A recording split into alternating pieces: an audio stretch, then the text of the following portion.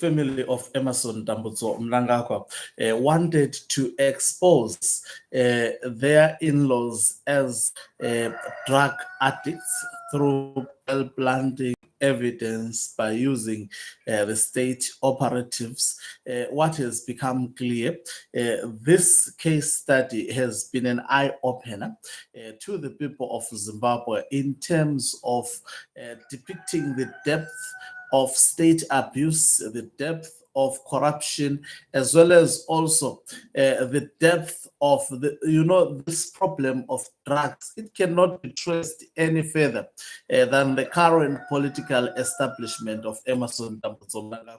Greetings and welcome to your lovely channel, the Hlodipani Global News. If you're watching us for the very first time, please do remember to press the red or black subscribe button so that next time when we beam live, you become the very first one to watch us. I think it has been a roller coaster over the past few days.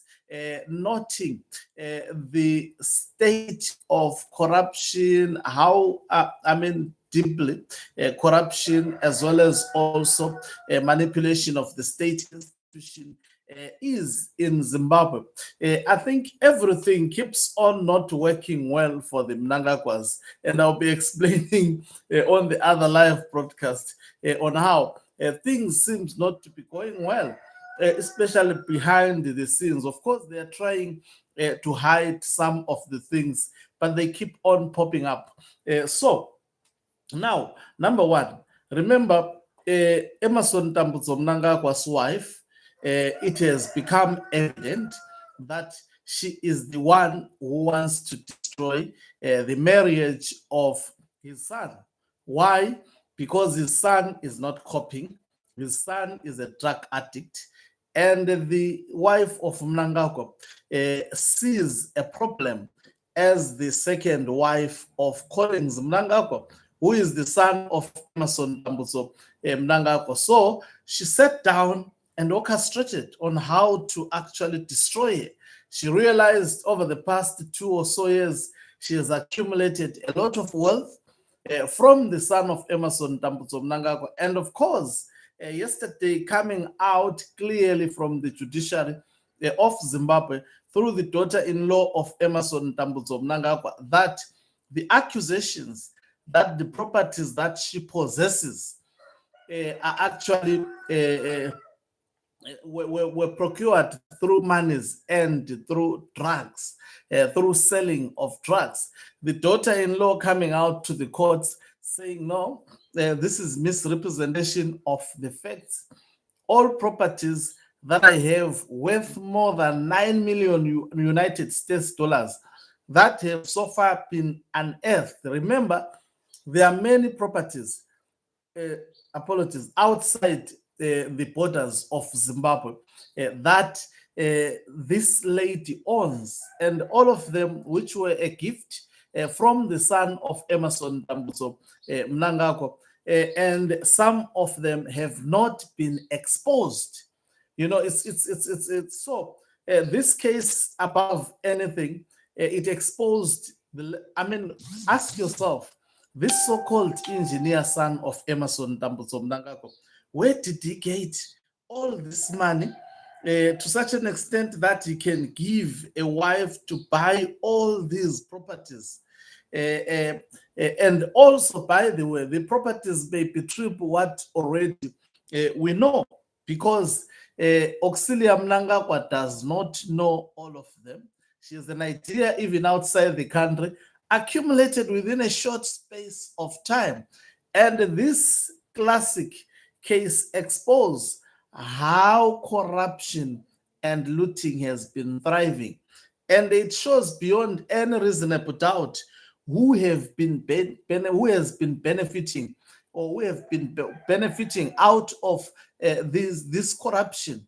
It has been a looting spree ever since Emerson Dambudzo Mnangagwa came to power. That is in 2017.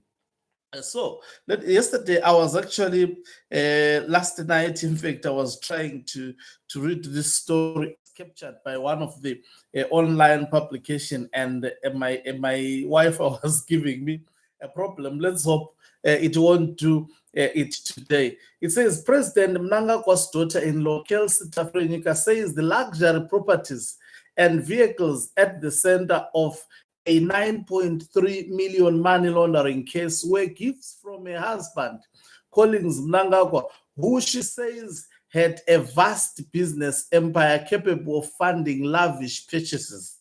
But Tafika remained behind bars after a bail hearing was pushed to Wednesday, with the state insisting that police have documentary and witness evidence linking the assets to suspected proceeds from alleged drug dealing. Now, from from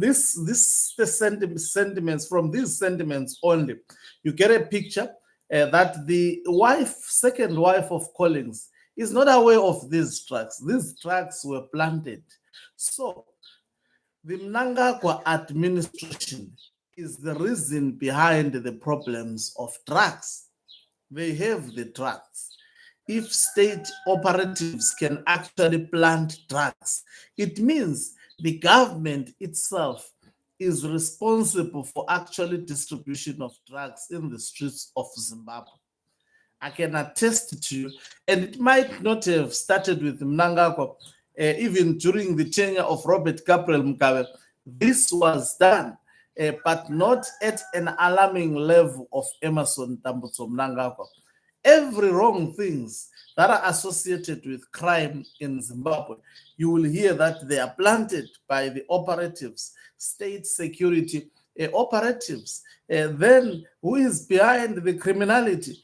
It is the government. So we have a problem of drugs. Our children are actually taking up drugs. Who is responsible for that? It is the regime. If it is able to plant them, which means they have got stocks of actually drugs. And that's what I was saying, because I was telling another person that, in Zimbabwe, security is very tight. If really the government is serious about tackling the drug problem, it would have done this long time ago, but it is not doing it because it is involved. It is benefiting out of this problem. Tafika, who is represented by lawyer Atmaya Rubaya, is accused of laundering proceeds allegedly generated from the unlawful dealing in pethidine, hydrochloride, morphine sulfate, and daga. The state says the assets identified in Zimbabwe have a declared value of 9,353,750, excluding a Toyota Land Cruiser registration number AHQ 2.8, which has not yet been valued.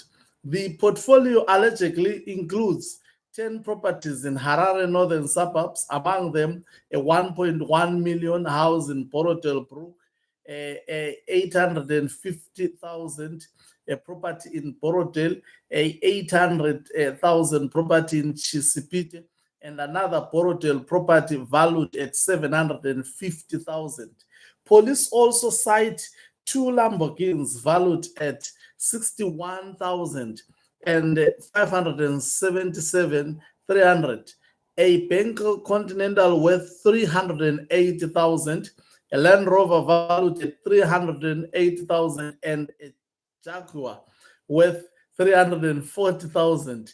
During cross-examination, investigating officer, Detective Assistant Inspector Gift Machipisa Rubaya challenged the state to dispute Tafika's explanation that the assets registered in her name were gifts from her husband.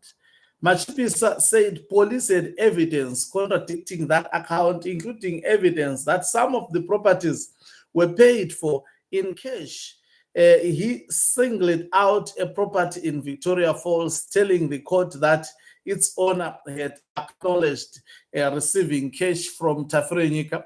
Machipisa said the state had already secured vehicle registration confirmations from the Central Vehicle Registry for 9 vehicles and title deeds, and these register search results for the 10 Zimbabwean properties. The state case does not rest upon inference. Machipisa said, adding that it was anchored on institutional records and in real evidence already in the possession of the police.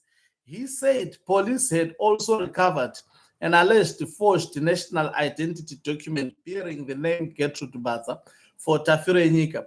The state alleges that Tafika has no employment or disclosed lawful source of income capable of explaining the acquisition of assets worth millions of dollars over about 3.5 years. Police further allege that she owns or controls 13 properties outside Zimbabwe located in Dubai and South Africa, giving her access to foreign jurisdictions should she be released. The alleged forged identity document was also cited as a flight risk concern. Rubaya also, in fact, let me talk about this false identity. Who could have given this lady this other false identity? And it is not only this lady that may possess this false identity, even family members of Emmerson Mnangagwa. Why are they doing so? They understand that they are committing crime to the state. They understand that they may not succeed, in fact, in establishing a kingdom in Zimbabwe. And one way or the other, Mnangagwa will lose power. And when Mnangagwa loses power, the next government, if it is a government of integrity, it will actually go after these assets. But I strongly believe, especially if Chiwenga, people, when I speak like this, they say, you support Chiwenga. No, I don't support him. I'm actually playing according to, I'm analyzing, and these are predictions. If Chiwenga were to take over power from Emmerson Mnangagwa, of which at the moment he is a strong, actually, competitor of Emmerson Mnangagwa, if he were to claim power from Emmerson Mnangagwa, we've seen what he did to his former wife. So it's someone, when you do wrong, he just forget about whether you had shared the sheets together. The man will come after you. If he did so to his former wife, the person who actually gave him children. So there is a high probability. Some may think this as evil, but if you look at what he did, he went after the properties that the wife had accumulated as an exchange of actually claiming the life of Chiwenga, according to the court documents, not me. And Chiwenga, what did he do after he survived? He came back in South Africa. He has claimed those properties. He did not take the money. The money was given to the state of the properties that were owned by the former wife of retired General Chiwenga. Now, there is high probability that he may actually treat Emmerson Mnangagwa the same. He is someone who believes in actually execution and application of the law, especially where he believes that an ally or even someone with strong ties with him has actually violated the law. He believes in punishment. There is high probability. Even Mnangagwa fears him the most. That is why he doesn't want him to lend to power. Zukananda, such as Gudawashe Chakure, knows that after 2017, Mnangagwa was given a dossier detailing all the corruption that was done by Gudawashe Chakure, but he saw the money that Gudawashe Chakure had, and he was, or most probably, he was working with him behind the scenes. There is high probability he was working with him. So he made a deal for him to fund his government to deal with the military generals, and that's how he has been surviving. So looking at this case, the issue of having double identities, it is for protection. They know what they're doing is wrong. They know that power does not last forever. He may seem formidable. He may seem to have future plans on how he will continue to purge the military and lead this country, but power does not last forever.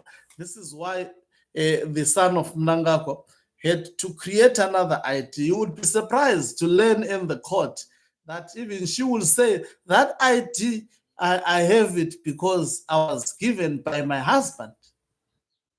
And in the process of auxiliary, so the problem with the son of Mnangagwa, it's auxiliary Mnangagwa. Collins Mnangagwa still loves his wife. He still wants to maintain relations with his in-laws. That's why he hired a jet, a private jet, to come and fetch them from Bulawayo so that they can escape the wrath of a problematic mother-in-law. And the fighting mother-in-law, because she controls the state apparatus, she had to actually make them to be on the. So apologies on breaking live transmission. At least I had covered some ground, but I want to continue on stressing out that the issue of Mnangagwa's having, I strongly believe, it's not only the second wife. You may discover that everybody in the family may be having double IDs just to protect and to hide and conceal their assets. So under the real names of them, they will actually be registering a few assets and some using the fake name so that it's not out there in the public domain. Because if it's out, it will be easier to actually unearth the deep-rooted state of corruption that is currently orchestrated by the regime of Emerson Dambuzo Mnangagwa. So Tafika was rearrested on Thursday, moments after securing release from remand prison on 1,000 US dollars bail in a separate drug-related case. She is on a remand in that case, together with her uncle Isaac Jesup, with both accused of drug possession. The state alleges that the latest investigation also extends to three companies: Apex Logistics Private Limited company, Royal Printing PVT Ltd, and with three investments PVT Ltd, which police claimed were used to conceal and layer the alleged proceeds. Police are pursuing banking records, registry documents, and information on assets held abroad, and intend to seek assistance from South Africa and the United Arab Emirates. Machipisa said the investigation was expected to be completed within 2 months. Magistrate Francis Mafumo postponed the proceedings to Wednesday after Machipisa asked to be excused to attend his father's burial, leaving Tafika facing more nights in custody as she fights the state's opposition to her release. You know, I'm actually smiling at the tactics that are used sometimes to delay the bail outcome for an individual. So, if these people can actually give each other IDs, there is no way an individual can have double IDs. It's a one face having double IDs from the system of the registry, and the system that is being used, being a digital system, the system is able to pick it up.